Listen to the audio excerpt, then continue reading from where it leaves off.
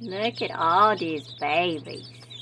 Look at how busy it is. Ooh, are you curious?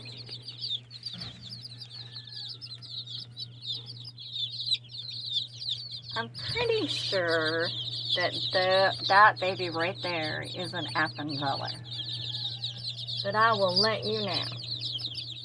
We pulled another 6 chicks out of the incubator, or the hatcher. And there's another one in there trying to dry off. So, I think that puts us up to 70 this time. 72. 72.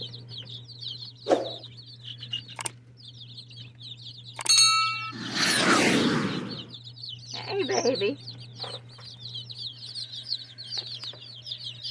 Look at all the babies. So if I turn like this, that gets the red away.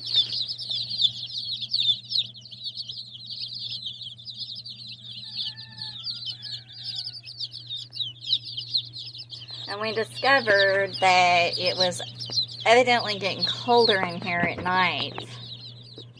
So, there's your chick flick of the day. This is 2 hatches. Wow.